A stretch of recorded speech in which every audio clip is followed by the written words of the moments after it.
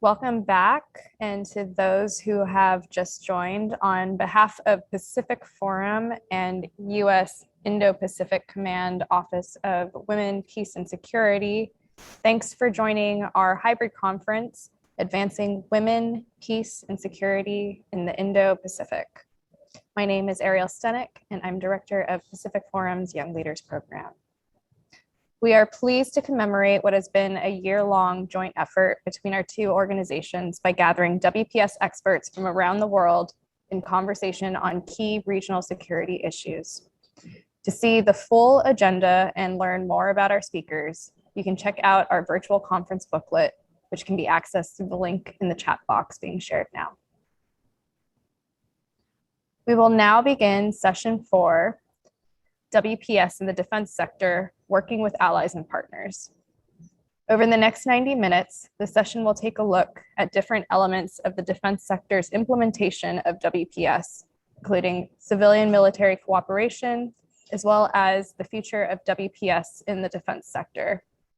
This topic is especially pertinent in light of Dr. Valerie Hudson's earlier keynote address on WPS post-Kabul.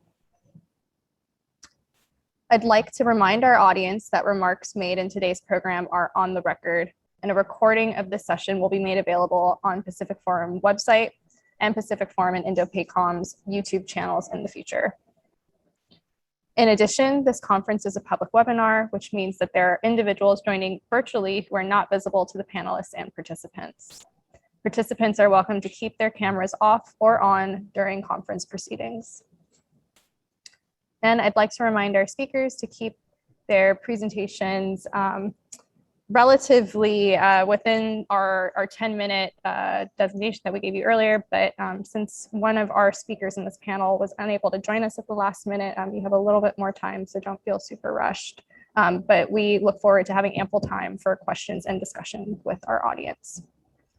Members of the audience are encouraged to submit questions or comments at any time throughout the session. You can submit your question or comment through the Q&A window or the chat. Audience members can also provide a live comment or question by using the raise hand function, which is accessible from the participants tab. If you raise your hand, please wait for the moderator to call on you. Once called on, Pacific Forum staff will enable your microphone, so please be ready to unmute yourself and state your affiliation before making a brief question or comment. I now have the honor of introducing our moderator for this session, Major General retired Suzanne Vereslam.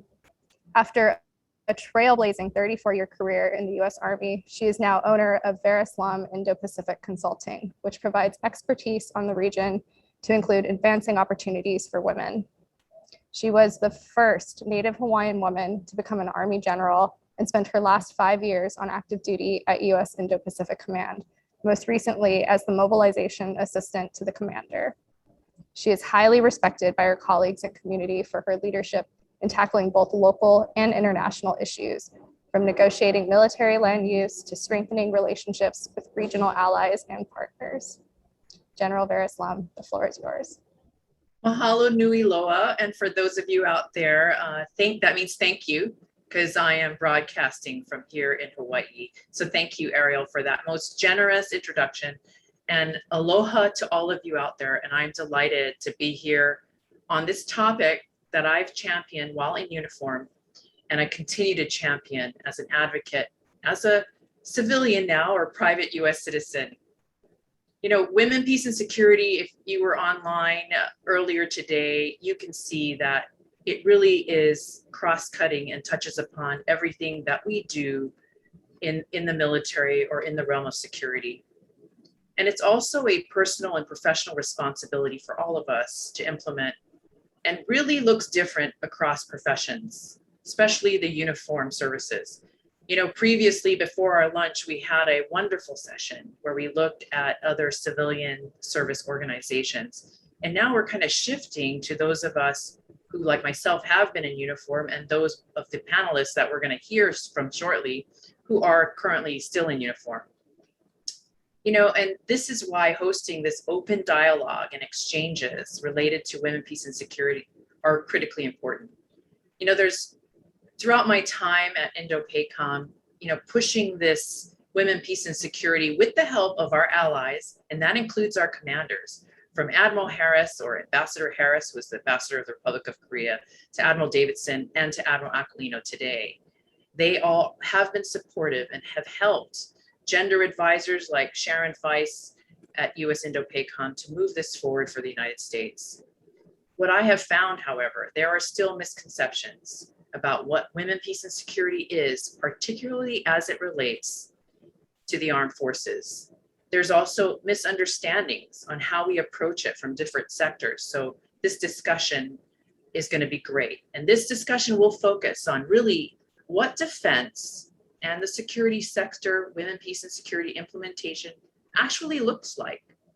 And we'll hear more about the three nations that are represented here. And, you know, this is just a small piece of the pie of the many nations out there who have implementation plans. So we'll hear what it looks like, and we'll hear more about what each nation's military best practices are and their shared challenges, also their defense collaboration mechanisms and their future priorities in the region. But really, I've encouraged each one of them to tell us a little bit more about stories. Stories are powerful.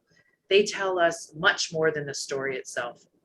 And I am really pleased, and you will be pleased as well, to hear from our exceptional panelists with incredible, if you looked at their bios online, incredible experience in women, peace, and security and defense.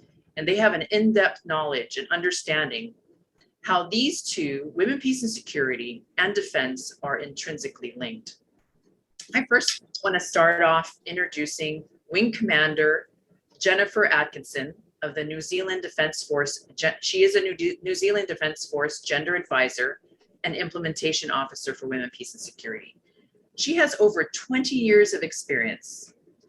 And Commander Atkinson initially joined the Royal New Zealand Air Force as a psychologist and has deployed many times in support of missions in the Pacific and the Middle East. A particular highlight was deploying in 2015 as the Chief of Staff for the US Navy-led mission Pacific Partnership, where a separate women, peace, and security line of effort was led by Commander Atkinson, including over 20 WPS initiatives across 5 countries. Commander Atkinson is currently the gender advisor for the New Zealand Defence Force, tasked with implementing the New Zealand Women, Peace, and Security National Action Plan. Pretty impressive. And also on our panel, we have Wing Commander Jay Davini.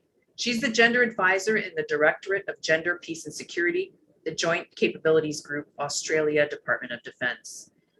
She specialized in workforce diversity and flexibility, working as the staff officer, Air Force gender programs. She authored 2 research papers on identifying and mitigating systemic barriers preventing women's advancement, analyzing recruiting and training systems to identify impediments to women, designing and implementing initiatives and programs to assist women's retention.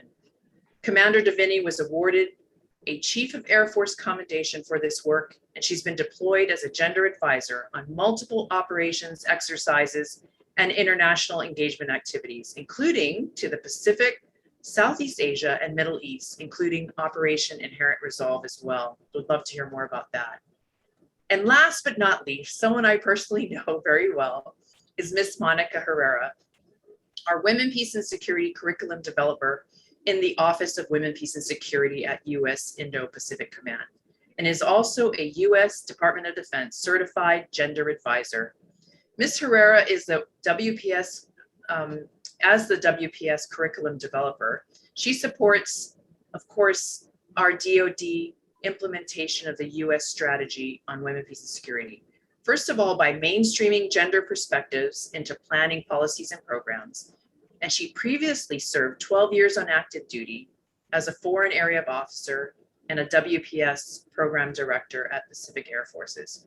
She currently serves as an information officer and political strategist in the US Air Force Reserves. Monica is a senior fellow at the Mansfield Foundation and was a Mansfield Fellow in Japan from 2015 to 2016, where she worked within the government of Japan and contributed to the Japan's first national action plan on women, peace, and security. and authored policy research focused on bilateral defense cooperation on WPS. So you can see, if you could clap, I would ask you all to clap right now because we have this, amazing panel. And I think today's military really is realizing, as you will hear from our panelists, that in order to operate successfully in today's complex security environment, it is paramount to apply a human-centered approach, one that's inclusive, as you've heard earlier, of the roles, perspectives, and contributions of both men and women across the crisis continuum. And we've learned that not only through our operations, but the many exercises and dialogues and engagements that we've had. Of course, this paradigm shift of thinking takes time, education, discussions like that are happening today, but we've seen incredible progress. And women, peace, and security is something that will continue to evolve as long as we are out there, out front, talking about it. So that's why, without further ado, we'll start with a series of questions. I will give the panelists an opportunity to answer this first question, and then I will ask them specific questions, and then open it up to you out there, our audience, who I'm sure are anxious to ask them your personal questions. So first of all, for each one of you panelists, I wondered if you could provide us all a brief description of your Women, Peace, and Security role, and briefly discuss how your organization is working towards advancing WPS. And if we could start off with Commander Jennifer Atkinson, that'd be great. Well, kia ora, tēnā koutou. Thank you so much for that introduction. And it's a real privilege, and it's very humbling to be on this panel. Just to provide some context, so New Zealand's actually in the initial stages of developing our second National Action Plan. But when our first action plan came out in 2015, that was very pivotal for defence getting traction for women, peace and security. That National Action Plan, with all the outputs that were directed at defence, was basically a vehicle to bring about quite real change in what we did in the organisation. And that plan was based under the 4 pillars that I think so many of us know so well, but it was really focused on training, growing awareness, deploying more uniformed women, and embedding a gender perspective in operations and how we planned and conducted operations. What this meant on the ground is that we finally created a permanent gender advisor position for the NZDF. So there was some, again, really practical stuff. We established a female engagement team, and that's taken different forms over time, but just recently we deployed that female engagement team when we were involved with the evacuations in Afghanistan with the NEO. We established a Pacific Defence Gender Network, so looking beyond just what's happening in the NZDF and New Zealand and looking at other militaries in the Pacific. And that's sort of grown and taken its own shape as well. We also looked to increase the number of women that we deployed. So again, very sort of inwardly looking, but recognising that in order to deploy more women, we also had to look and grow the number of women that were joining the NZDF. So that's a very close partnership with another program that we had called Wahine Toa, which looked to attract, recruit, retain, and develop more uniformed women. There were some really small but effective things where we developed resources. This was actually all listed under our National Action Plan so that I could have the drive to get these products made. One was just a WPS, Women, Peace and Security Handbook for commanders. Another one was a soldier's card that talked about responding to gender-based violence when people are on patrols. So again, trying to make it practical for the users, for the people, making the resolution 1325 come alive and make sense for our soldiers and sailors and airmen and airwomen when they were on operations. We also, like probably so many other nations, because we're trying to grow the capability and the awareness, it was embedded in as much training as we could, sort of officer and recruit training, but also professional development at the higher ranks. And we also embedded it into our operational planning course so that when people were sitting around the table operationally and planning these missions, these responses to HADA, that they were looking and applying that gendered lens over, okay, how was our response meeting the needs of men, women, girls and boys and other genders. So I think, those different pieces were all across the organization, but particularly in our joint force operation.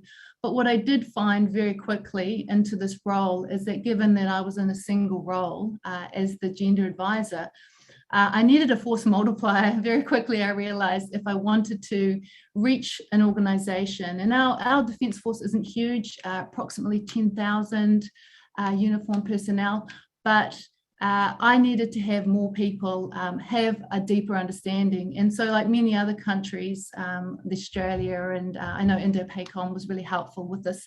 We developed a gender focal point course. So sort of a 3-day course where you would impart knowledge about applying a gender perspective in whatever area the person worked in. So whether they worked in logistics or intelligence, they worked on operational planning, they were air crew, they were whatever area they came from, we were trying to get them on board so they could take the knowledge. And that's been the focus this year, is getting people to take the knowledge and apply it to wherever they work. And so we've run a couple of the gender focal point courses. And that to me has been probably the most powerful step I could have done in the organization to bring about change. We've probably had, we've had 2 courses, so 50 people. And what's that enabled on the ground is that, for example, our DPA person, our Defence Public Affairs person, after the course, they did some great media about the course and got the knowledge out there. Our Ministry of Defence person that attended put it in the weekly updates to the Minister of Defence, who then asked to sit down with me and talk about this course and what it meant. And then we increased more interagency attendance. So for me, when you're in a role where often with gender in defence, there's onesies and twosies, it was a really powerful and effective way to just increase that knowledge. And just one other thing that's sort of happening in my space at the moment is that we're also looking at deployed women's experiences, because there's been some preliminary research that women and Māori and Pacifica in particular come back with lower wellbeing scores after deployment.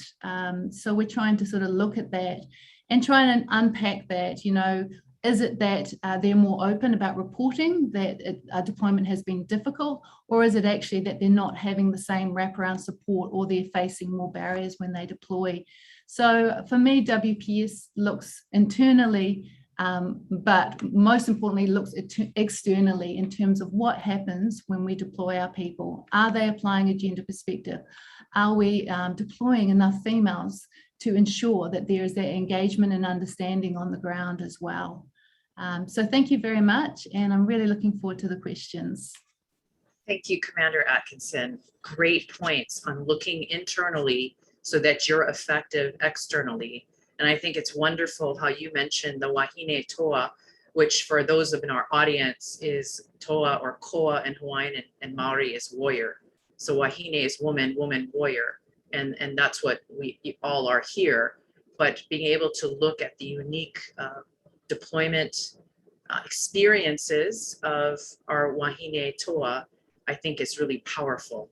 And you brought up a really good point that in order to realize change, you have to have that education, but it cannot just be in the top, it has to be integrated.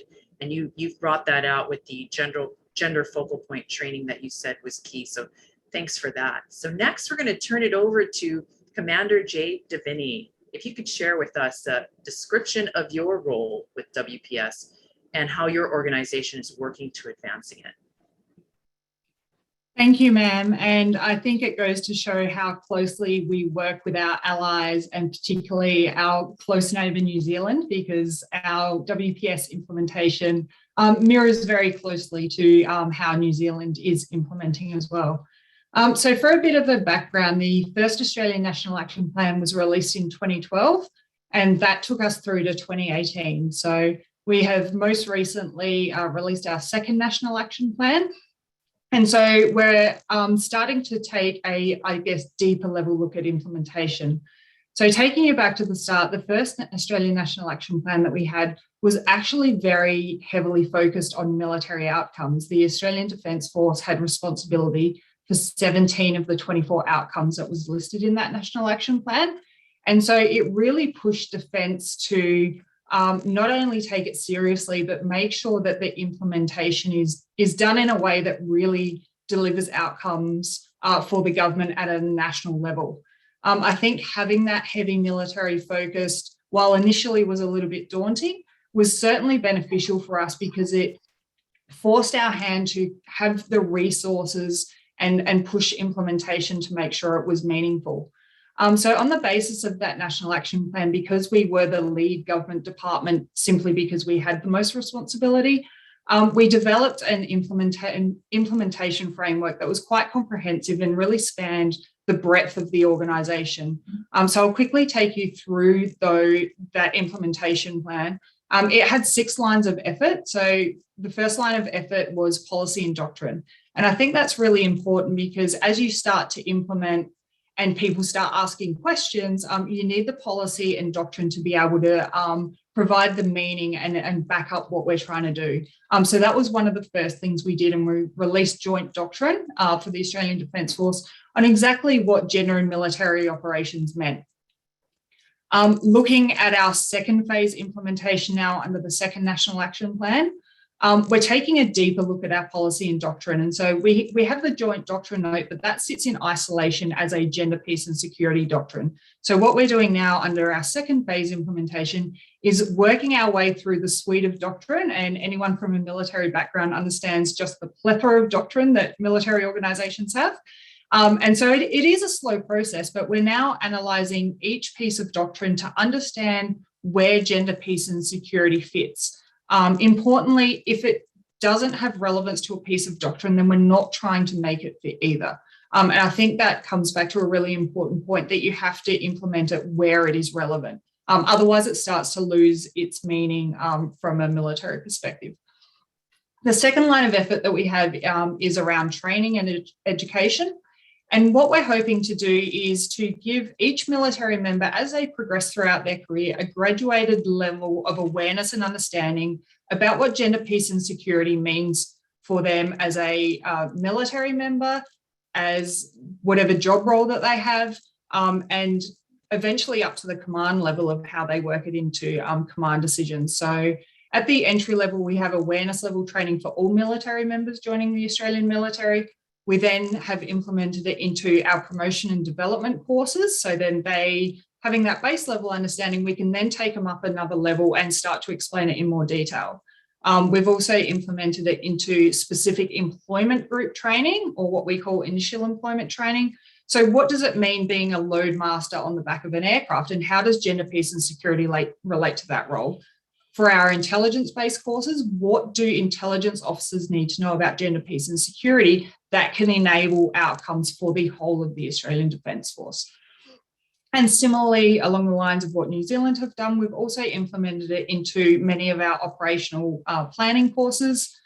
So when they're planning, it becomes part of the normal narrative to discuss gender, peace and security. When it comes to our civilian CIMIC capability, it's implemented in that training. It's implemented it into our targeting courses. And again, that's providing very specific training, noting that the military member that joins today will get that graduated level of education and understanding throughout their career, and they can start to build on it. And we've really seen that come to fruition in the Gender Advisor course that we run in the Australian Defence Force. I've been instructing on that course since 2017. And I remember the courses and participants that we had back in 2017 when we were all learning, so it was new to all of us. And the level of conversation was pretty basic in trying to really understand how it applies to what we do as a military. The courses that we're running today, the level of discussion and the level of questions that we're getting from ordinary military members that have never really dealt with gender, peace and security in any level of detail, they're quite mature and complex. And I think that's a really good indicator from a military perspective that our training integration is working, because we are getting challenged as well. And military members are raising questions that perhaps as GPS practitioners we hadn't considered before.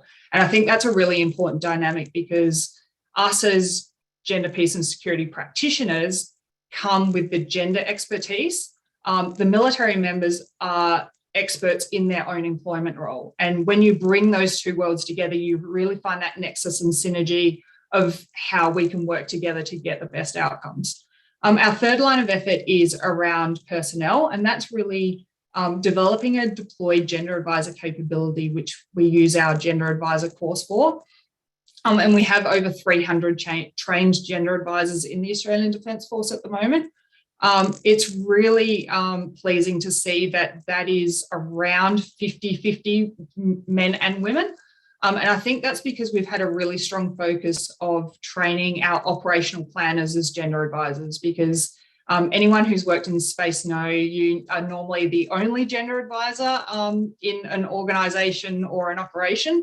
And so by training our operational planners, they're always involved in everything that we do. So by having an ally with that sort of background, it really helps the mainstreaming piece. And that we have used that course to then develop a gender focal point network across the ADF, but also within each of the single services with Navy, Army and Air Force. And that's really to assist our implementation within those organisations. Our fourth line of effort focuses on mission readiness, and this really takes into account integrating it into our exercise design. So again, that can build on the collective training and testing those outcomes, because we should train the way we fight. And so if we're exercising it and learning about what gender, peace and security means on operations, when we go forward and do real-time operations, all those learnings and that foundation is already there. Our fifth line of effort, which is a heavy one for all nations involved in the Pacific, is international engagement. And it's really helping those allied nations in our region to build their own gender, peace and security capability and really work on the collective and the collaboration, because again, we're all working towards these same outcomes. And so that provides a lot of training and contributing to forums such as this, so we can build on the collective knowledge and learn from each other. The final line of effort is around governance and reporting. Unfortunately, it could be touted as the least interesting of our lines of effort, but I don't think it's any less important. I actually probably think it could be the most important, because it really creates that accountability piece, and that's how we start to measure our success. And what gets measured gets talked about. And so don't discount any work around governance and reporting and accountability, because that is where you can get some of your biggest gains. So as I said, our first phase implementation from 2012 to 2018 really kind of skimmed across the organisation and across those 6 lines of effort at a basic awareness level.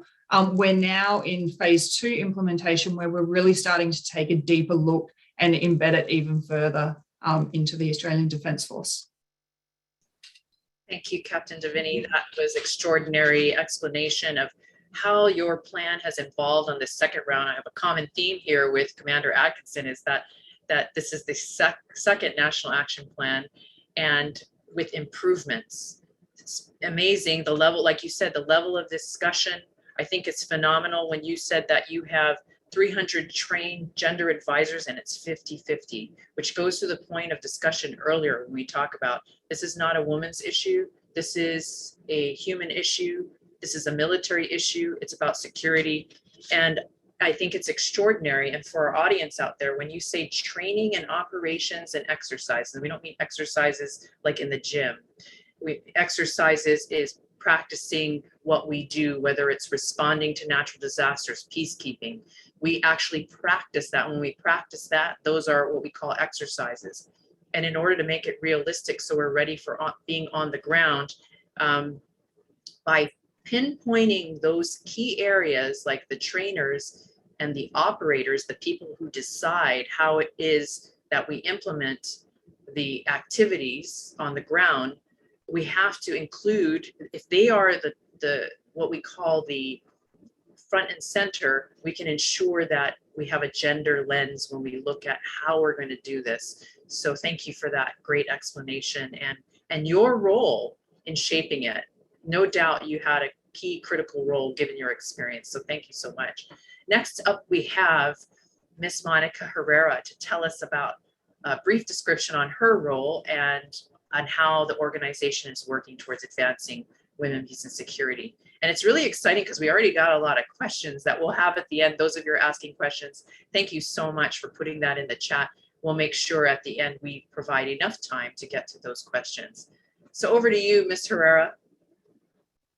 Thanks so much, ma'am. And thanks everyone for your contributions. One thing I'm finding really interesting, we work very closely with Australia and New Zealand, and I would say we're very like-minded when it comes to WPS implementation, but our approaches for each of our nations are slightly different. And I think that's been really interesting for me to hear, kind of comparing and contrasting, but then also similarly, some common themes so you'll probably hear me reiterate some of those in my remarks as well.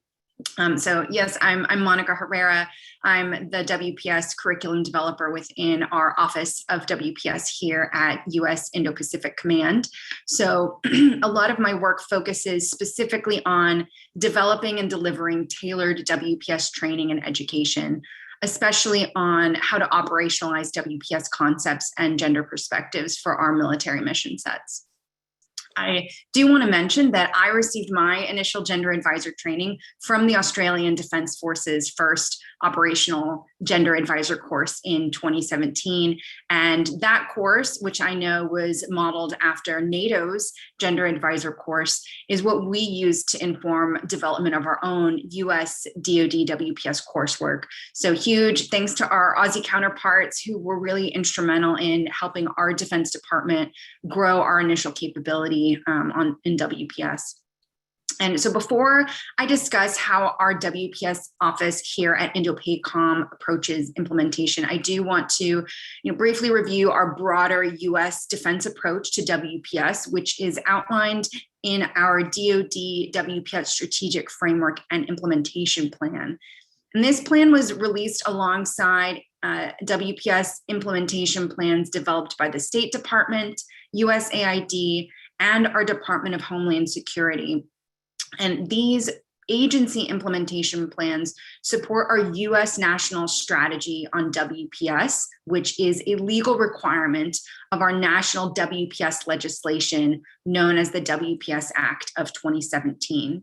And we in the US have had a national action plan on WPS since 2011, but it really, I would say, wasn't until the passing of this legislation where it became law of the land to implement that we started seeing some really rapid strides when it comes to WPS implementation.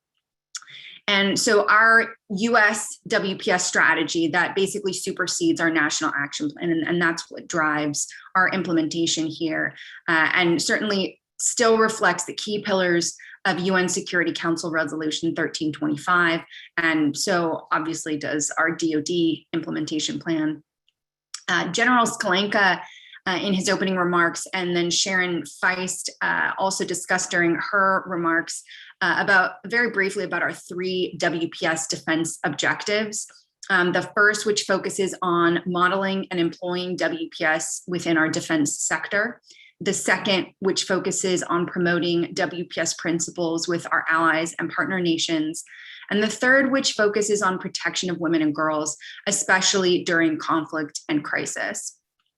And just for a brief overview of the Department of Defense, because we are a giant enterprise, to get a better understanding of kind of where the responsibilities for WPS implementation lie. We have our military services, so Army, Navy, Air Force, Marines, and they are responsible for our organize, train, and equip functions. And that would include recruitment, retention, promotion, professional development of our force. So those all reside with the services. And then we have our combatant commands, and these are regional commands and also functional commands that are responsible for how we actually conduct operations across the globe. And so US Indo-PACOM is one of the regional combatant commands. So we are operationally focused. And so our approach to advance our 3 defense WPS objectives is by mainstreaming gender perspectives into our theater plans, programs, and policies so that we can develop more inclusive security strategies at the end of the day. That's what it's about. And we've had a command instruction on WPS since 2017. And we now have 4 full-time personnel working in our Office of WPS. This includes our Command Gender Advisor, Sharon Feist, who you heard from during session 2. She serves as the commander's principal WPS advisor and also advises our cadre of over 150 trained gender advisors and gender focal points. That's just within our command. So the other combatant commands and the services also have at least one full-time gender advisor appointed to them. So each of those commands is also implementing as well. All along with the rest of our team, our gender analyst, Dr. Dee Sawyers, oversees our innovative research efforts so that we can continue contributing to the growing body of WPS knowledge, especially as it relates to defense sector. And she also leads development and implementation of our assessments, monitoring, and evaluation framework, which you heard Jade talking about as far as how that can really drive meaningful engagement and how we can better assess how we're doing and whether or not we're making any kind of incremental change over time. And our other position is our WPS Planner Charity Board, who's embedded within our Strategic Planning and Policy Directorate with a focus on integrating gender perspectives into our campaign plans, operational plans, and international engagements, including our robust exercise program that General Varaslam just kind of discussed. And we recognize that defense sector WPS efforts need to be part of our broader whole of government, whole of society approach to WPS. So we also work collectively to conduct advocacy, outreach, and coordination with other organizations to partner on WPS efforts. This, of course, includes coordination with our interagency partners, especially Department of State and USAID, and also developing partnerships with think tanks like the Center for Naval Analysis, and of course, our implementing partner for this conference, Pacific Forum. And we also collaborate with the other command gender advisors and also other defense organizations like the Daniel K. Inouye Asia Pacific Center for Security Studies and the Institute for Security Governance, both of which operate under the Defense Security Cooperation Agency. And as Sharon mentioned during session 2, we're an operational headquarters. So all the efforts I've just mentioned are really intended here at Indo-PACOM to inform our strategic approach to security through our military missions, engagements, and investments within the region. And a huge focus of our office includes leveraging opportunities to cooperate bilaterally and multilaterally on WPS to strengthen our relationships with regional allies and partners and ultimately build a more stable, secure, free, and open Indo-Pacific for all. And I think that's probably a pretty sufficient intro, at least, of our program. So back to you, ma'am. Thank you, Ms. Herrera. That was comprehensive, and you were key to evolving this whole program over the past 5 years. I mean, really, I love what you said about we're like-minded on this panel, but our approaches are different. So it's great to hear and great lessons learned. And key to that is that the Department of Defense is just one arm of this larger whole of government approach nested in legislation, national legislation that has helped to propel this forward. I think that's a key point that you brought up as well as ensuring that we mainstream these in our plans and policy, and just the way that all the hard work that you've done, Monica, and also the whole team that you mentioned earlier, phenomenal team. And I do have to also, when I early on was working on this, looking at Australia and New Zealand's plan really helped to shape a lot of us. It really shows how we are connected and how we can learn from one another. So with that, what I want to do right now, if you're all okay with it, because your answers were so comprehensive that we've got some,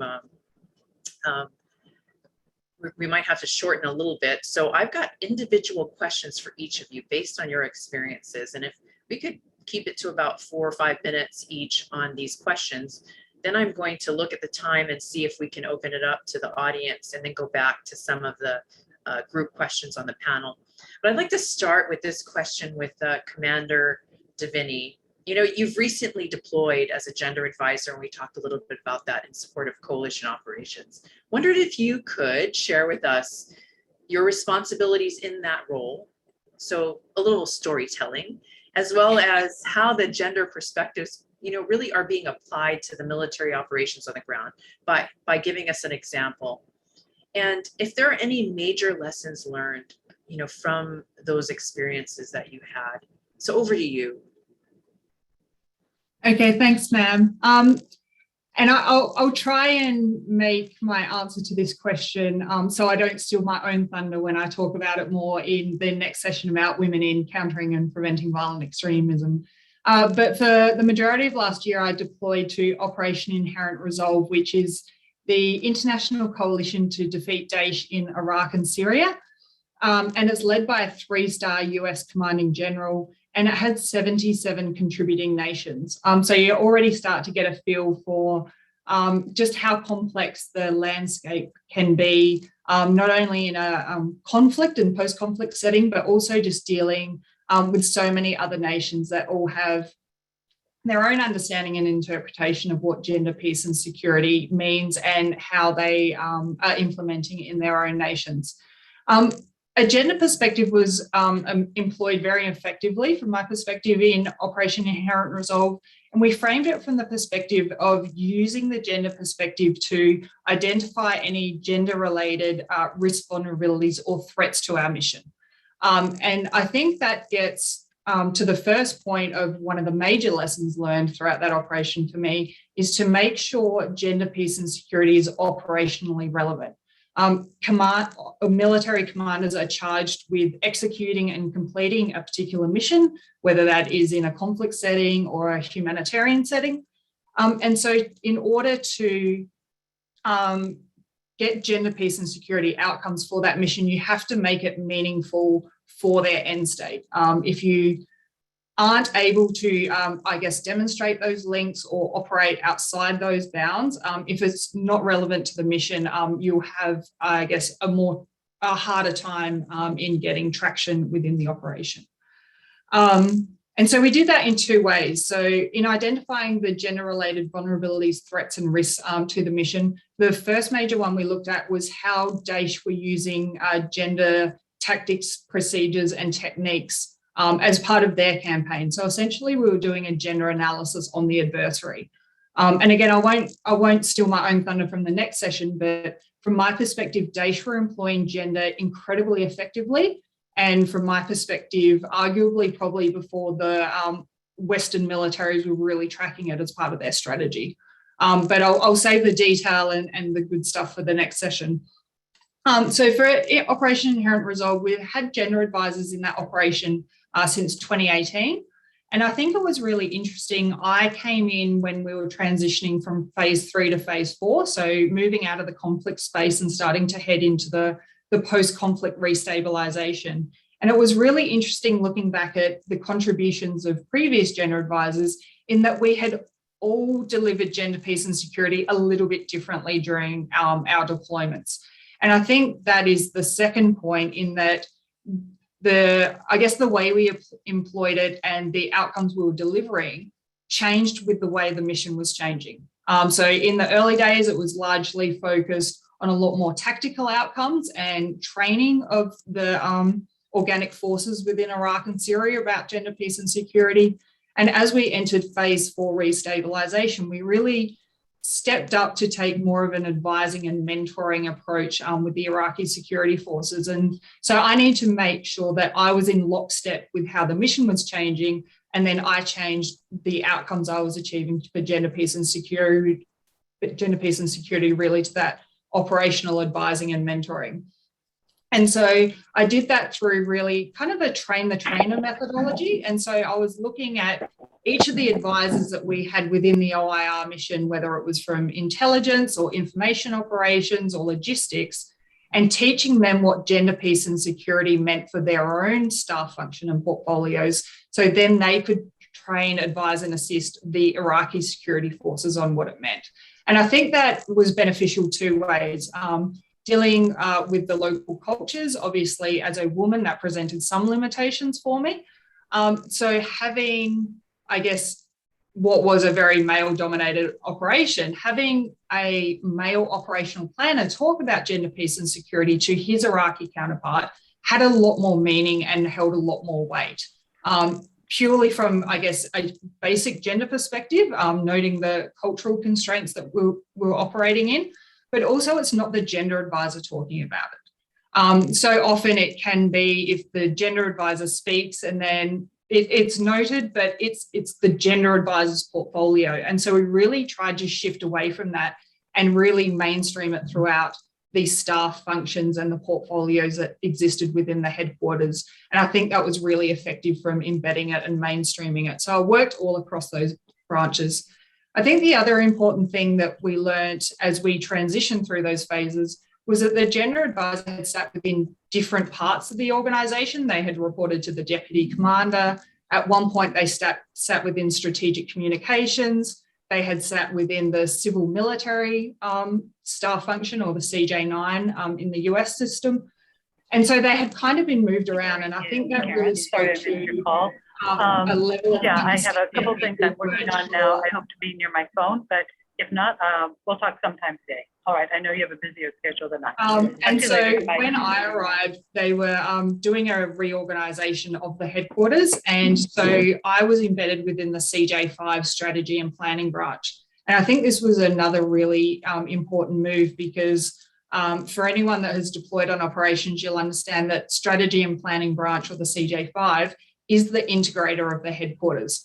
Probably the most important person for the commander along the CJ3 that actually executes the plans that we design. And so that gave me a lot of buy-in and insight, but just by me being in the room for every planning meeting that was happening, because I sat within that central node of the headquarters. So I guess some of the other lessons that I learned, leadership engagement, I think, is probably the single most critical factor to being able to operate as a gender advisor. And I was really lucky that I had a very engaged and very supportive CJ5 who would back me up when I needed it. But he also opened a lot of doors for me. And I think it was really his initiative, and he could see what we were trying to deliver and really facilitate a lot of outcomes for me at his level. I think empowerment and ownership is really important. Again, getting back to that piece where it can just be seen as the gender advisor's job, and we really want to move away from that. I really empowered the staff functions to deliver gender, peace and security outcomes on themselves, and I was in support of them. So I wanted them to lead. We really shied away from having any, I guess, standalone or deliberate gender advisor product, probably apart from the gender analysis that is kind of the remit of the gender advisor. I really didn't deliver any gender advisor briefs or gender advisor product, but it was integrated into briefs and product that other staff functions were delivering. So when the CIMIC team was talking about IDPs, we made sure that the information was included in their brief. Same with intelligence. The gender analysis formed part of the total intelligence picture. It didn't sit alone as a gender analysis. And that was kind of really the mainstreaming approach that we took, and was really so effective because it then became part of the norm and part of the usual battle rhythm of what the headquarters got used to seeing and used to expecting from that. And I think, just to give a story, man, because you say stories are so powerful, one that really sticks in my mind, because we always like to say, you know, for gender contribute to, you know, mission success, and what does that look like? I remember sitting in an operational planning group, and we were actually briefing the US Central Command, because that was our higher headquarters, being a US-led mission. And my equivalent, one of the operational planners, started briefing about how there was a gender-related risk from an IDP situation. And after about 5 minutes, he turned and looked at me and he said, "Is there anything else you want to add?" And I'm like, "No, I think you've got it covered. My job here is done." And so I think that really organic integration, where they not only have the level of knowledge that they need, but they feel confident in driving gender forward. And I think that is really what mission success starts to look like. Fantastic. Thanks so much for that. Those insights on the ground, insights on Operation Inherent Resolve. starting off with an assessment that helped to shape operations and how you were going to go about it, but through gender mainstreaming, a lot of great lessons learned. I think the biggest one and the powerful story is the aha moment that, you know, it's not the gender advisor's job. This is everyone's job for, you know, and this approach to, you know, the current problems that are there. So thanks for that. I appreciate it. We're going to jump now to our next question. That's going to Commander Atkinson. So I understand, you know, New Zealand, we talk about this defense force really has been involved in COVID-19 response, and wondered if you could discuss the role of gender perspectives in these activities, and if you have any key takeaways that you'd like to share with us. Kia ora. Yeah, thanks. So obviously COVID's affected us all personally, but professionally for the New Zealand Defence Force, you know, by the numbers, it's been one of our biggest deployments in decades. We currently at any one time have approximately 1,000 Defence Force people working on what we call OpProtect. So that's the mission name for our contribution to the COVID response in New Zealand. At the start, we didn't quite know what we were going to be involved in when this was first set up by the New Zealand government. We were just said, look, defence, be ready. And I remember there was talk about, are you going to be involved in enforcement or roadblocks or, you know, mortuary? There just wasn't a real idea of how we would contribute as a defence force. But at the end of the day, our biggest focus and role has actually been on the managed isolation quarantine facilities, and we abbreviate them to MIFs. So we have a large number of NZDF people deployed to help manage the isolation MIFs. And so this has been a really interesting change of operational pace for us. And the MIFs, if you can imagine, these are basically hotels that have been taken over by the government. New Zealand citizens typically stay in them for 14 days because they've come back from overseas and they need to isolate, or it's a quarantine facility because they have COVID. And so people turn up in these situations and come to these hotels, these MIFs, and it is more often than not quite a traumatic time for them. And so there are a lot of human-centered challenges that come with managing one of these facilities. Fortunately, right at the start, our operational headquarters involved the gender advisor, and we were able to, you know, lean over to Australia and to, you know, the US and find out what resources they had, what kind of considerations we had to make. So before people deployed to support these MIFs, these isolation hotels, we included a gender perspective and operations brief.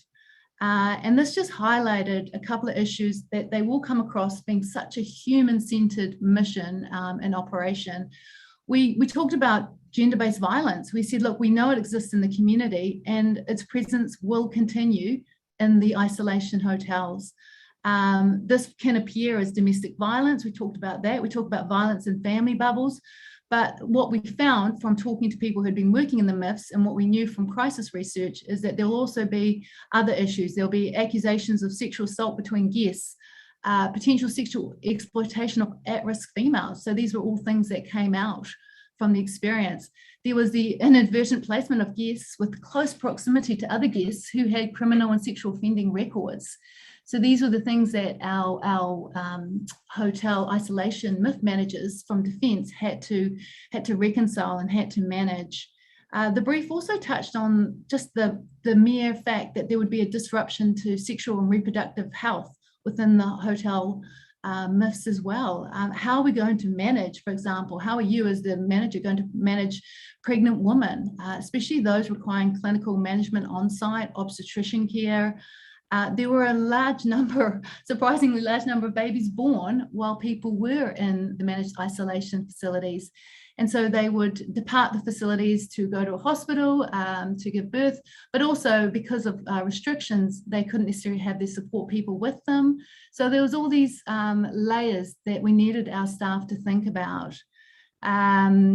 And we also talked to them about just the challenges of being in a hotel room, a small space as a single parent, the majority of which were female, women were single parenting.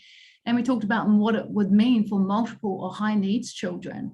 You know, right at the start, we inadvertently had one of our staff go to help a mother with multiple children, of course, engaging and touching the child, and then had to quarantine himself. But it was just that gesture of wanting to support and help when you see people struggling. So there were, and what we found from talking to people who finished their shifts in these quarantine myths, is that there were more stories about the gendered perspective. But we also extended that to considerations about other minority groups, the rainbow community, what's going on with the elderly. You know, someone came back and was telling a story about how obviously, you know, people are isolated, but they're often connected through their devices. But there was definitely an elderly portion who weren't device connected. And so it was an incredibly lonely time, and that the workers could pick up that, and they would see them looking to engage in a conversation, a distance conversation.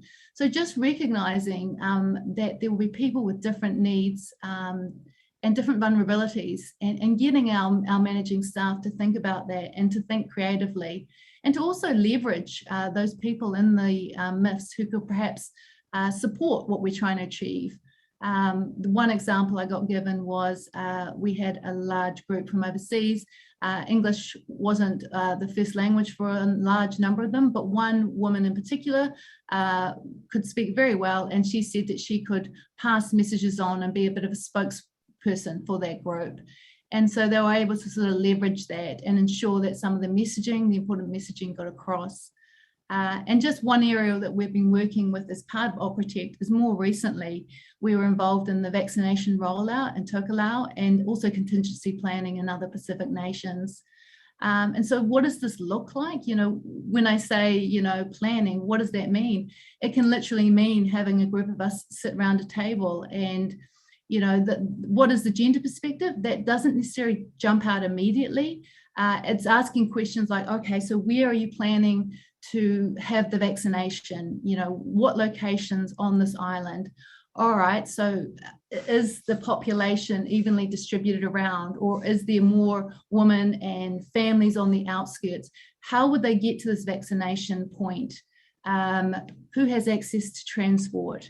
If the woman had the care of the children, how will that work? Can they get there?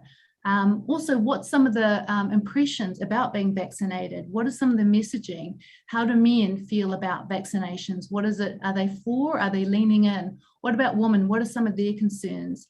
You know, for some of the Pacific Islands, there's been concerns about children and things like that. So understanding that if we can tap into what the concerns are, then we can hone our messaging much better than doing generic or, you know, the whole population messaging. And so I think from the discussions, this is where all the gold, all the information comes out. So you don't come to these discussions having all the answers. It's only once we engage and talk that everyone starts contributing. And it is amazing because it's not me, the gender advisor, highlighting and asking these questions. It's actually by the end of the conversation, it's the intelligence people doing their piece. It's the logistics people contributing what they know. Yeah, so I think it's been really an important experience for the NZDF, because quite often when we think about deployments or we think about gender, we tend to other. It's, oh, we need to focus on gender and women's rights and those kind of things when we go to developing countries or other countries. And so to take this operation, and it's in our own backyard, and it made us sort of look and go, wherever we go, whatever we do, when we are dealing with people, there will be gendered aspects that we need to unpack and we need to address to ensure that we can achieve our mission, whatever that may be. Thank you. Thank you, Commander Atkinson. I think you've really showed us that, you know, when we talk about the Defence Forces, New Zealand Defence Forces, this is the part of security we don't often think about, is the security, our homeland security in a global pandemic, and the role that the Department of Defense or the Ministry of Defense plays in securing people, and taking the analysis that Commander Davini and both you touched upon, is that gender analysis, but now showing examples of very practical examples of how we interpret that so that we can apply it on the ground for this really unique experience. So thanks for that. This next question, I'd like to turn it over to Ms. Herrera, if she could discuss, you know, the capabilities, Monica, of the Indo-Pacific Command. You know, it's been developing, and what's the approach of the command in terms of working with allies and partners in the region. And maybe you could give us some examples of that. Over to you. Yeah, absolutely. And thanks so much, Jen. That was, I really appreciated hearing your perspective on the COVID situation. To answer the question that you asked, ma'am, really our first step in building our capabilities, and even before we engage with partners and allies, is focused on training and educating our own personnel. So we consider our trained network of gender advisors and gender focal points to be force multipliers when it comes to advancing our WPS specific expertise and engaging our partners on WPS in the region. And I'm going to kind of skip over discussion about what that training looks like, because it looks very similar to what you heard from both Jade and Jen as far as what they're doing, training folks across a wide range of specialties on applying gender perspectives to military mission sets. But I do want to highlight that we now have trained gender advisors or gender focal points within every functional directorate at our command headquarters and at our sub-unified commands. So that's our U.S. forces in Japan and U.S. forces Korea, as well as within our service component commands. So that's U.S. Army Pacific, Pacific Air Forces, U.S. Pacific Fleet, and our Marine Forces Pacific. And we have trained gender advisors and gender focal points in our Joint Intelligence Operations Center, our Center for Excellence in Disaster Management, and within our Joint Interagency Task Force West. So I really consider our robust gender network to be one of our greatest strengths here at Indo-PACOM. And they're the reason we've been able to develop our WPS expertise in areas such as disaster risk and resilience, health security, countering human trafficking, gender-based violence prevention, peacekeeping operations, and maritime security, among others. And then, of course, events like this are designed to help us continue learning about WPS in other critical security areas like countering violent extremism, pandemic response, and climate security. Members of our trained gender network also help identify opportunities to develop meaningful WPS engagements with our international partners and allies. And these are engagements that are focused on advancing mutual objectives and that are tailored to meet partner nations where they're at. And this can include standalone WPS activities to help initiate dialogue and information sharing on WPS.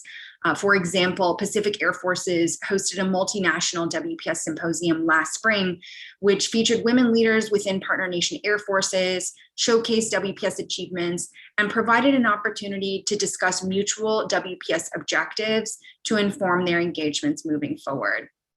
And one of our trained gender advisors within the National Guard State Partnership Program also initiated a multi-day dialogue with Bangladesh to better understand their priorities and to develop a WPS engagement plan. We also integrate WPS principles into existing recurring engagements with partner nations. For example, one of our trained gender advisors at U.S. Army Pacific developed the Women's Mentorship Program with Mongolia in 2018, which now runs annually as part of their disaster response exercise and exchange, Gobi Wolf. Through this program, roughly 24 women from defense and law enforcement organizations across Mongolia meet to highlight best practices for disaster preparedness, mitigation, and response. Then they're integrated into the exercise, which largely focuses on civil-military coordination during disaster, but also helps emphasize the importance of gender perspectives during disaster response. And we have engagements like this that we're building across all of our component commands and throughout the region. And we really are looking to partner even further to expand these opportunities. I also want to highlight our research effort with the Pacific Disaster Center, which is focused on developing baseline gender assessments within the region. Specifically, we're targeting gender indicators that are most meaningful to the defense sector to inform a data-driven approach to our regional engagement. And I think Dr. Erin Huey from PDC might be discussing that a bit more during session 6. So I won't go into any detail for this panel. And I know we're running a little tight on time, so I will end it there. Back to you, ma'am. Thank you so much. I really appreciate it. Can you hear me out there? Good, okay. So thank you, Ms. Herrera, for that. I think you really showed how the gender network is throughout. And for those of you who don't know, U.S. Indo-Pacific Command spans from the California coast to the west coast of India, deals with 36 nations, 14 time zones. So Ms. Herrera, you gave a few examples, and Bangladesh, Mongolia, and I'm happy to have participated in both of those. So seeing on the ground the effectiveness of those programs and helping other countries from the examples. And this idea of the baseline assessment, I'm looking forward to hearing about PDC. All of you've talked about the importance of analysis and assessment before we take action. So that's critically important. What I want to do is, I had another question planned, but I think we're going to adjust and be flexible based on the timing, because we do have some questions. And if you do have questions out there, you can either raise your hand or put it in the chat or the Q&A. We already had a few in the chat. The first one was Ambassador Ellis, but she had to go off the line, but she did have a good question, I thought, that I would pose because she put it out there and she's not able to answer it herself. Are you still there, Ambassador Ellis? I don't think so. I think she went off. But it's for Wing Commander Atkinson. She said, did having the first woman secretary of the New Zealand Ministry of Defence make a difference in the rapid uptake of WPS in New Zealand in recent years? Yeah, kia ora. I think, yeah, that would have been 2014 when she first got into her role. Yeah, I would like to think so. But I do know we've had a number of really strong female leaders. I'm thinking not only about our Prime Minister, but our Governor General. I'm thinking, I was at a conference earlier this morning when we had the Director General of Security New Zealand, Rebecca Kitteridge. So we're really fortunate in that we've got sort of multiple females across the board who have been really strong supporters. And I'm just thinking of an example. Last year, we approached the PM to maybe make some opening remarks when the Defence Force embraced women's empowerment principles, the WEPs. I don't know how many of our listeners have heard of that. And the PM's response was like, yep, certainly. How about you have it at the Government House? So her sort of personal premise where she lives. And so she's not like she goes beyond in terms of supporting these things. And so we managed to have, I think, a good 150 people all congregated. And it was just a really amazing experience to sort of hear her speak, but also see that endorsement and that support goes beyond sort of just that sort of initial baseline. But I do know that when it came, I was thinking about the timing of our National Action Plan in 2015. And so, so I do think that timing would have reflected who was influential at that time. And I think as well, the UN in 2014 was doing its push for the Security Council. So I do sort of, there's a bit of realism around for me as well, looking at what strategically and politically is happening in that environment. So to me, it's also about making sure you understand the political environment, seeing those opportunities and trying to identify those people who are your advocates. But I'd also say that there are a number of male advocates too that have been also very strong. And when I sat down with the Minister of Defence last month, because he was asking about our program, our gender focal point training, he was genuinely interested and wanted to make gender in defence a priority as well. So I'm always, whoever they are, I'm keen to have any advocates that I can. Great point, Commander Atkinson, that whether male or female, it really is whether or not you're an advocate of women, peace and security, and how it's, or giving women opportunities, having a gender perspective. And we find that both men and women. So great. Thank you for that response. The next question we have is for Commander Davini. And Jackie True, if you'd like to ask that question, if you're on the line, you can turn on your video if you're on, or you can speak it. I see that you're in the chat there. If not, what I'll do is I'll read it. I'll go ahead and So Jackie said you mentioned challenges to the gender, peace, and security approach in your training courses. Can you tell us about some of those challenges and perhaps questions raised by members of the military in different employment roles? Yeah, sure. Thank you, Jackie, and lovely to see you online again. I'll put in a plug for the Monash University Gender, Peace and Security Graduate Certificate, which is a phenomenal course that I undertook under Jackie's stewardship. And so I'd highly recommend that to anyone as well. Certainly, I think from the challenges, it's more, goes back to us as gender experts really understanding the complexity of gender dynamics within social structures and societies, coming together with people that understand their job to the same depth that we understand gender. And so I remember having a conversation with one of the load masters because we were running a gender focal point course for our air mobility group.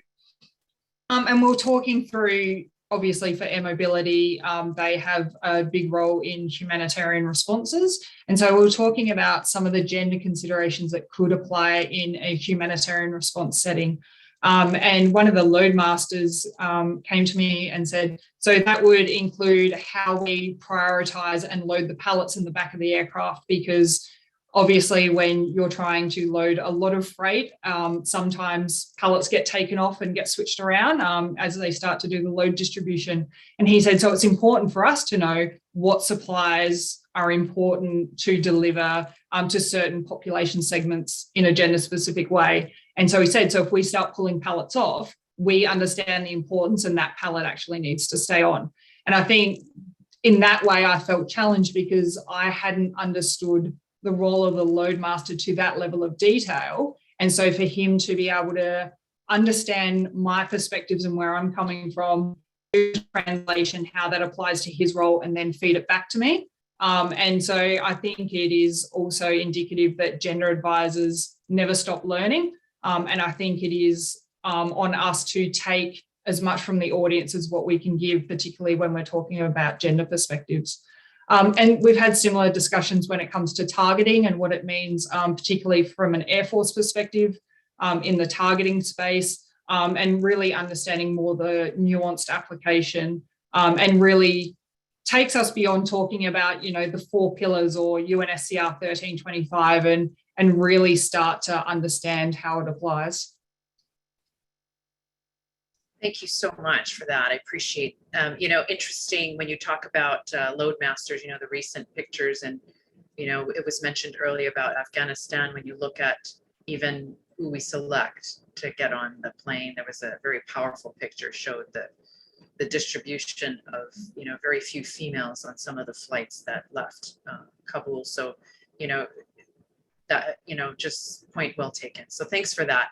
And we are running short. So what I want to do, and I apologize, there was another question that I'll just put out there for, the action plan for WPS for the Indo-Pacific, what policies are in place. That was a question, and maybe that could be answered on the sideline later. But real quick, speed round, real quick, maybe a quick 1 sentence for each of you, starting with Monica. You ready to go? What do you see as, maybe a couple words on the future of WPS in the defense and Indo-Pacific? Just think about that for a minute. Are you hopeful? Where do you stand? What do you think? Where is it going to go? So real quick, starting with Ms. Herrera. Yeah, so this is where I'm really optimistic, because in my mind, the possibilities are endless. And since you said, one or two sentences, I think training, expanding training to our multinational partners, and then institutionalizing the trained gender advisors and their roles through our bilateral and multilateral exercise programs provides that opportunity for application. But at the end of the day, really the most fundamental element in all of this is people, right? Developing and connecting people, building genuine relationships, expanding our networks. We're not in this alone. No one has it completely figured out. We have so much to learn from one another. And I think if we continue to prioritize inclusivity, there is no limit to what we can do together. And I'm just so honored to be a part of this incredible community. Thank you. Awesome. Thank you, Ms. Herrera. Commander Davini. I think certainly having been involved in this space for a few years now, the future opportunities I see is really starting to shape the lessons that we've learned and the experiences that we've had. And certainly talking about it early on, we were at a phase of still learning ourselves. And so many times I got asked, but what does gender, peace and security actually mean? What does it look like on the ground? And I think now that we've been deploying gender advisors for a few years, not only for conflict, but also humanitarian responses, there are a lot of good examples about what it can actually deliver at a grassroots level. And so I think really starting to roll that into our training and forums like this, where we can start to use that and really create those aha moments for people. Because I think if you say to someone, apply a gender perspective, they don't really understand what it means, so they don't know how to do it. Whereas if you can give them a tangible, what does it look like, then that's the moment that the penny drops. Awesome. Thank you so much. And Commander Atkinson, last word from you. Yeah, no, great comments from my two predecessors. Yeah, I'm agreement on both, and also just that emphasis on people. What does it look like? When I'm thinking we're all in this Pacific region, it is about working together, training together, having opportunities, but also creating a platform for each, for example, different Pacific nations to develop their own interpretation and their own way of applying WPS and what it looks like. So giving them space and voice to do that. And I was just thinking, an area I'm focusing more on is making it very real, a bit like what Jade was saying about what does it look like, a gender perspective in operations, particularly for HADA, humanitarian assistance and disaster relief, and also for climate change, really tapping into that gender perspective for those two areas, because they are what we're facing. And I did a paper recently about the increase and the severity with disaster in the region, and also the impact on climate. And so helping our audience understand the connection, the gendered security aspect to that, I think is an important piece to make sure that we embed that in when we address WPS. Thank you so much, Commander Atkinson, Ms. Herrera, and Commander Davini. Just to close up real quick before I turn it back over to Ariel, I first want to thank all three of you amazing panelists. I think what we've all learned so much. First of all, there's no limit to where this can go. We have tons of learning opportunities ahead. People, we give everyone a voice, and that's clear. And you are all Wahine Toa, women warriors. Thank you for continuing the fight. Over to you, Ariel. Aloha. Thank you very much, General Vera Slum, for your excellent moderation of the session, as well as a big thank you to our panelists and attendees for their honest and insightful discussion.